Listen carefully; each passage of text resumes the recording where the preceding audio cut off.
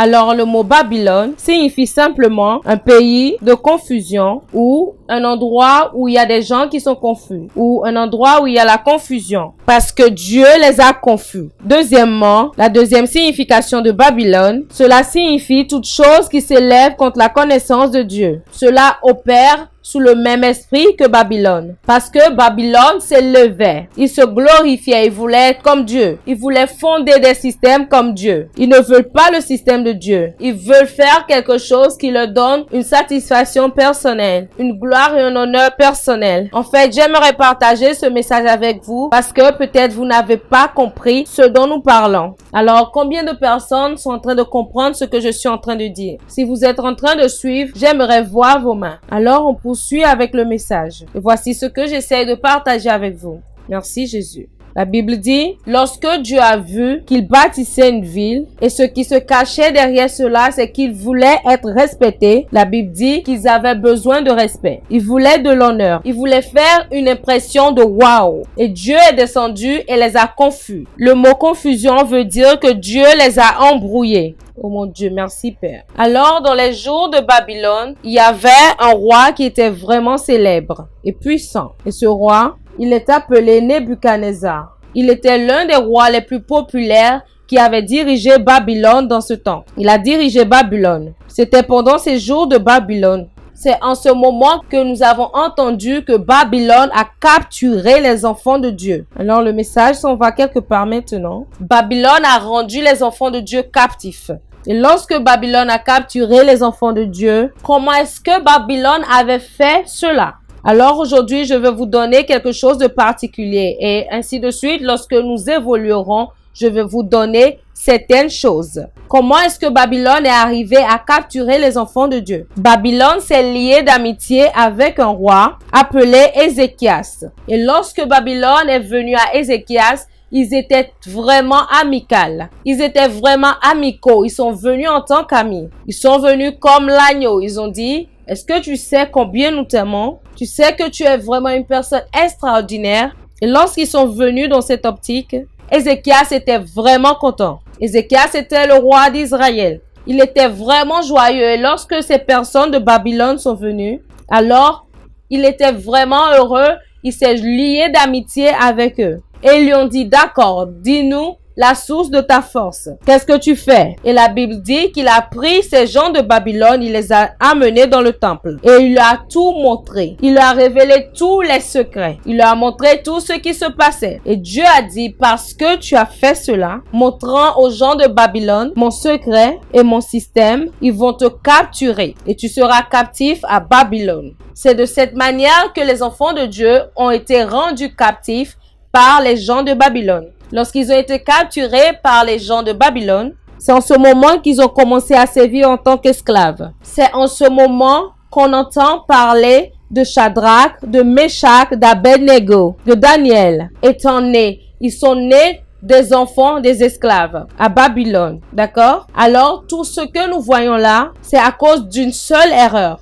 Lorsque le peuple de Dieu a permis une relation amicale avec un système de Babylone. Et ils pensaient que c'était une relation amicale. Et le système de Babylone a capturé leur système. Merci Jésus. Qu'est-ce que cela signifie?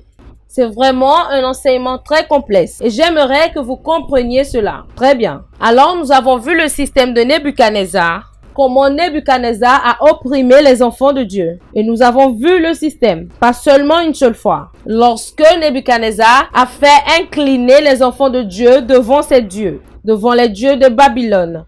Nous avons vu comment Shadrach, Meshach et Abednego se sont opposés. Et nous avons vu cette chose qu'est la fournaise ardente. Lorsqu'il a dit que quiconque refusera de s'agenouiller devant ce Dieu, il y a un décret que ce feu les consumera, que ces lions vont manger. Alors nous avons vu des personnes être effrayées par le feu, des lions de Babylone. Les gens se sont inclinés face à certains décrets parce qu'ils avaient peur de ce qui allait se passer si nous ne faisons pas cela. Alors le système de Babylone a été établi pour opprimer le système de Dieu. Alors j'aimerais que vous voyez quelque chose ici. Maintenant, éventuellement, Pendant que nous évoluons, nous voyons que Dieu a commencé à venir par des prophètes. Pour le dire, prophètes, ils ont commencé par sortir. Les prophètes comme Zacharie, pas dire que ce n'est ni par la puissance, ni par la force, mais c'est par mon esprit, dit le Seigneur. Il dit, vous détruirez Babylone, ni par la puissance,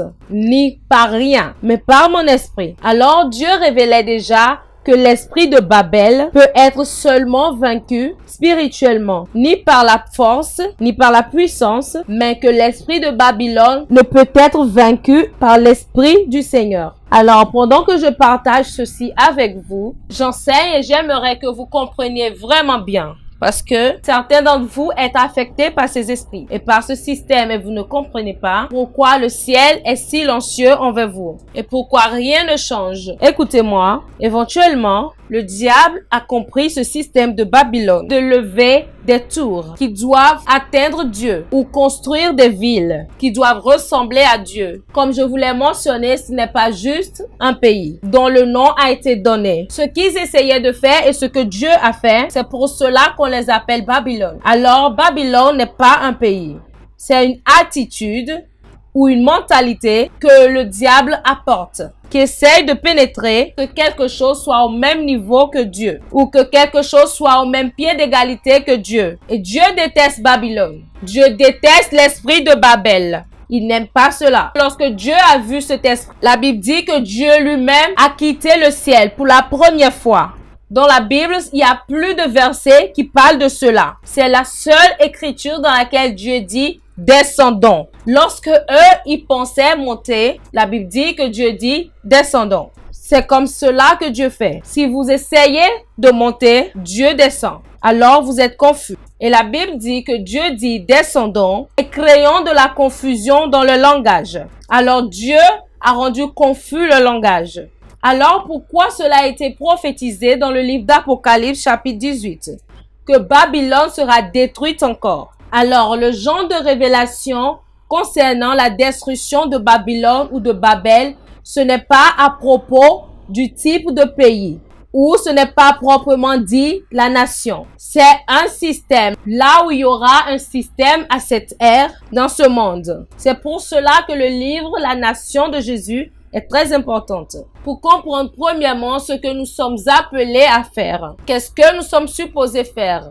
Alors, le système de Babylone a été programmé dans le monde pendant que les anges appellent ce système Babylone la Grande. Ce système, le diable a mis cela stratégiquement d'une manière où cela affecte plusieurs personnes et il déteste les Zacharie de notre génération. Et ils ne comprennent pas que c'est cet esprit, c'est pour cela que Dieu dit que Babylone la Grande est tombée. Alors, il y aura un moment où cet esprit tombera. Pas maintenant. L'esprit de Babylone n'est pas encore tombé. Dans Apocalypse 18, il faudra un ange de Dieu pour accomplir cette mission. La Bible dit que lorsque cet ange viendra, vous devez comprendre Apocalypse 18, 19, 20, 21, 22. Ces chapitres parlent du moment et les événements qui se produiront après cela. Alors, ces esprits n'ont pas encore été détruits. Et la Bible appelle une habitation, un lieu de demeure, de tout mal, des démons, des esprits. Maintenant, qu'est-ce qui se passe actuellement dans le monde? Politiquement, le diable essaie d'ériger une Babylone. Financièrement, le diable essaie d'ériger une Babylone. De tous côtés, le diable essaie d'ériger une Babylone. Qu'est-ce qu'une Babylone? Comme je l'ai dit plus tôt, c'est un système où il y a un accord et c'est la même chose, la même mentalité d'être égal à Dieu, être sur la même page que Dieu. Maintenant, ça c'est un esprit de glorification personnelle. Cela a tellement empêché des prières de beaucoup de saints. Un chrétien pourrait prier pour qu'un miracle se produise, pour que leurs enfants soient guéris, pour que n'importe quoi se produise, mais oubliant le but et l'intention de ce pourquoi il voudrait que ce miracle se produise. Alors, l'esprit Babylone construit un système, construit une structure. Lorsque nous voulons traiter de la politique de Babylone, le système financier, le diable essaie de construire des systèmes pour que des gens s'inclinent devant ces systèmes et pour que ces personnes adorent ces systèmes. Maintenant, laissez-moi vous dire ceci. J'ai rencontré une dame qui m'a parlé, elle a dit qu'elle priait pour une percée. Mais depuis, elle n'a pas encore eu cette percée. Et elle était en train d'abandonner. seulement pour vous dire que je vous ai expliqué que cette dame a été vaincue par un esprit de Babylone. Toutes ces personnes qui disent « je voudrais abandonner », c'est un esprit de Babylone qui les a conquis. La manière dont le diable élabore cela, pour certaines personnes, ils n'ont pas compris que l'esprit de Babylone peut en fait venir sur un endroit certain. Et dans cet endroit précis, certaines personnes apportent certaines mentalités dans lesquelles ils se lèvent eux-mêmes. Et ils commencent à penser qu'ils doivent avoir cette chose précise. Et lorsqu'ils n'ont pas cette chose, ils commencent par poser des questions à Dieu. Maintenant, j'aimerais vous dire ceci.